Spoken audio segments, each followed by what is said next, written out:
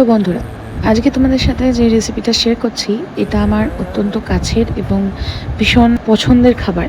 যদিও বিশাল কিছু না, বাট এই সিম্পল জিনিসটা আমার কাছে অনেকটা গুরুত্বপূর্ণ। অ্যাজ ছোটোবেলা থেকেই চাকরি সূত্রে মা কোনোদিনও আমার কাছে থাকতে পারেনি, এখনও পারে না। বাট যখনই মা আসে বা মায়ের কাছে আমি যাই, তখন মা আমাকে এটা বানিয়ে খাওয়ায়, বিকজ এটা আমার সব থেকে ফেভারিট একটা ডিশ মায়ের হাতে। মাছ মাংসের স্বাদটাকেও যেন এটা হার মানিয়ে দেয়, এরকম একটা ব্যাপার। আমি 3 বেলা ভাত খাই না, বাট যখনই এই আলুর তরকারিটা আমি রান্না করি তখনই একটু ভাত বসিয়ে দিই, বিকজ এই আলুর তরকারিটা আমার সব থেকে ভালো লাগে ভাত দিয়ে খেতেই।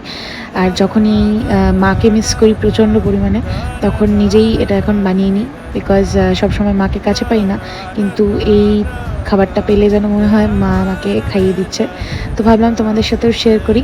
তোমরা কারা কারা এই রেসিপিটা আগেও খেয়েছো আমাকে অবশ্যই জানাও।